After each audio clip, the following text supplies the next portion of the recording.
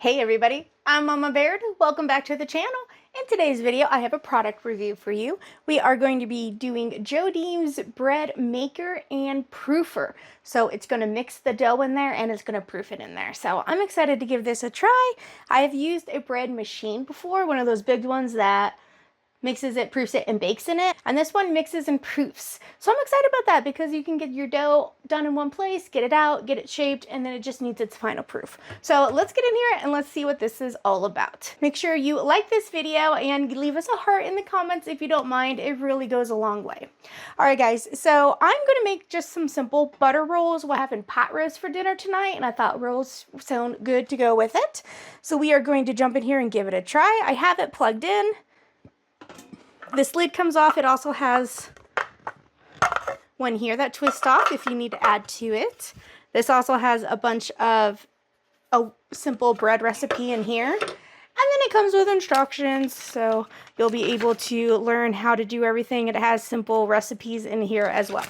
Then it also came with a bunch of little gadgets, like a little dumpling maker, an egg separator, and then a measuring cup. So that's kind of cool. Oh, a little teaspoon thing too. So this is what it, oh, did you hear that?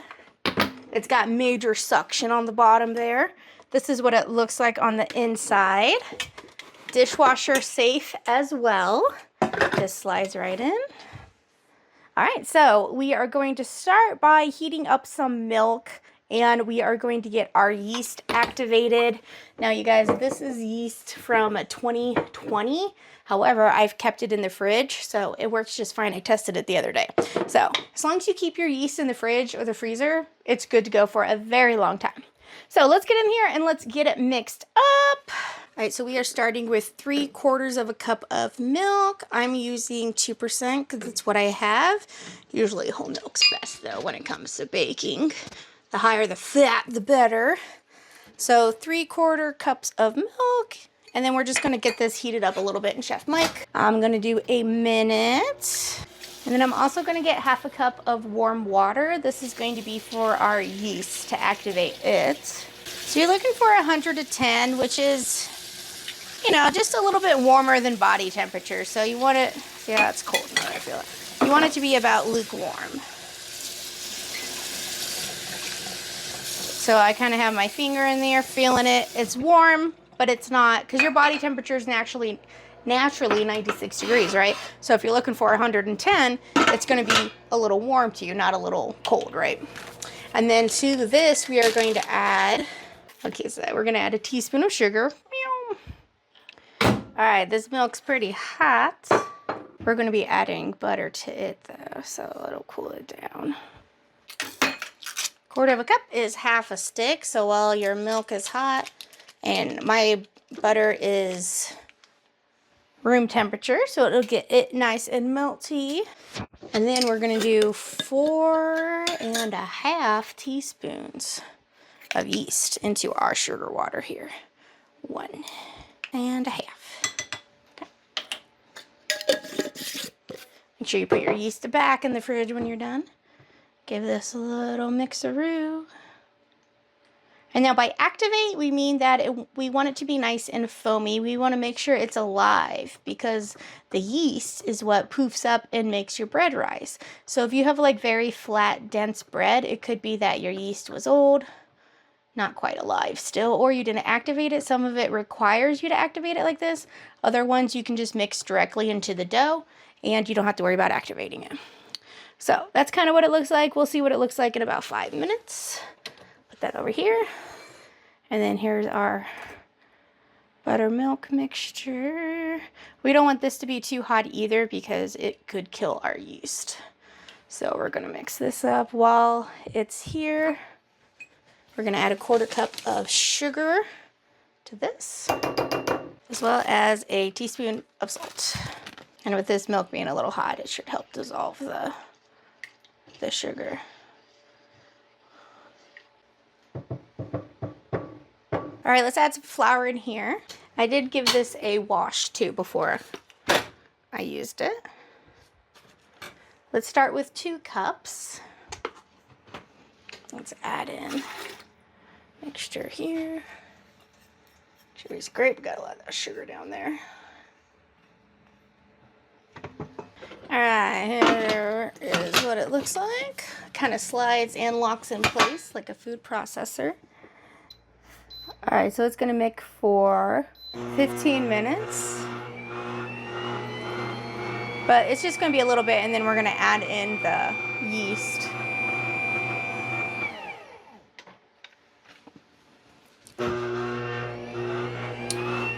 Look guys, you can see our yeast is bubbly, so it's alive. Let's go ahead and pour it in there. I think it likes to go and stops to make sure that like it can rest. So it starts and stops the whole time. All right, let's go ahead and add another cup of flour. It needs about 3.5. So we'll do 3, see how that looks.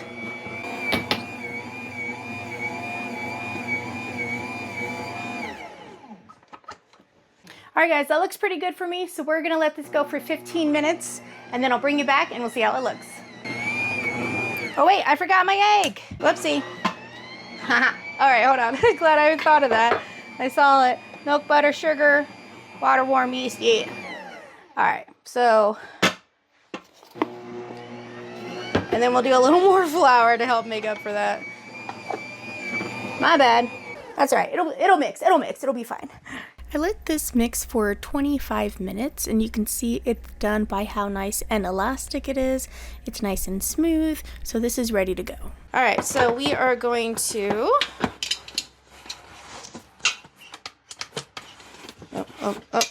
there we go. Lock this back in. And then we are going to ferment. All right, and it started. We're gonna wait until it's about doubled in size. Yep, all right, and then we'll bring it back. Oh boy, can't wait to see what it looks like. Everybody, it's been 30 minutes. Woo! I'd say that's doubled in size, look at that. Wow. Oh yeah, nice and warm.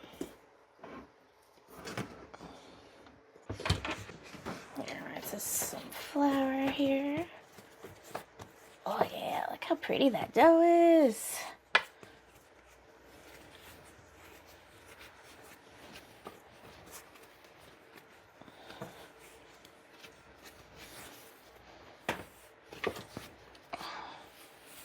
Alright, I'm just kind of rolling it into a ball here. Oh yeah, that's pretty. Alright, so I'm gonna cut this in thirds.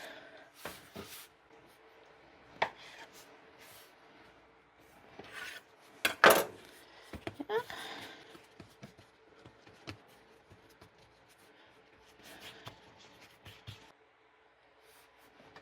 Let's cut these in 2 and then in 2. Roughly the same size. We're going for about 18 rolls. Alright, I have a 9x9 pan here. So these, you kind of just want to roll it around. You kind of just want to get the top nice and smooth. So you kind of pull it against itself on the bottom. As you roll it, you're kind of tucking it. You see? To form a nice ball.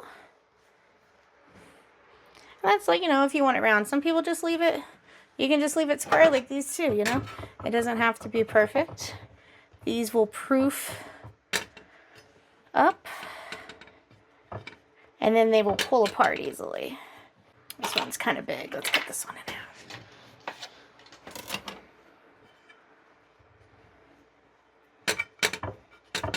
This one too. Cut this in half. Kind of big.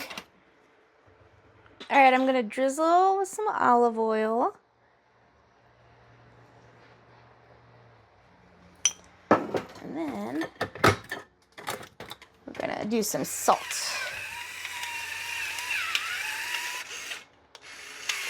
Yeah, that'll make it nice. Do some pepper too, why not?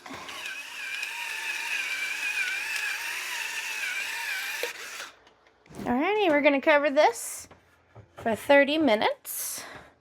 Now for this one, here's a pie pan. Let's do some butter. Same thing, kind of put them around. There, what do you think? All right, well, we're gonna leave those like that. We're not gonna chop anything yet. Same thing, cover this one up. So we got our sweet and our savory. This guy's done. I think he did a great job. So now this is gonna go in the dishwasher. I'm gonna set a 30-minute timer for these rolls. Actually, I'm gonna do 15 minutes. And then once that goes off, I'm gonna start my oven at 350.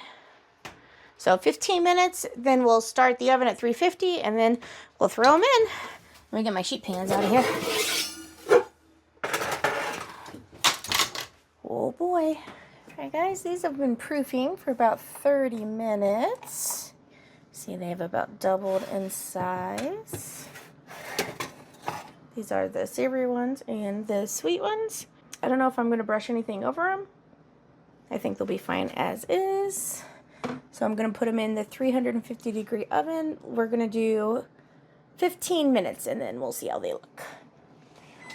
All right, guys, they are done. Look at that. Wow. Look at those beautiful rolls. Now, I did add some butter a little bit to the top when it was about 10 minutes in. It did take about 30 minutes to cook them. Now, if you didn't have them touching like I did, they would take a lot less. But I like the fact that they're touching. It makes it so the inside of them is nice and fluffy. I can't believe these. I'm super impressed with this. Let's give one a taste. Oh, they're super hot. What do you think, all of you bread? Whoops. Dang it. All right, what do you guys think, all you bread makers out there? Look pretty good? Yeah, looks pretty fluffy. It's hot. All right, I got some with some butter on it.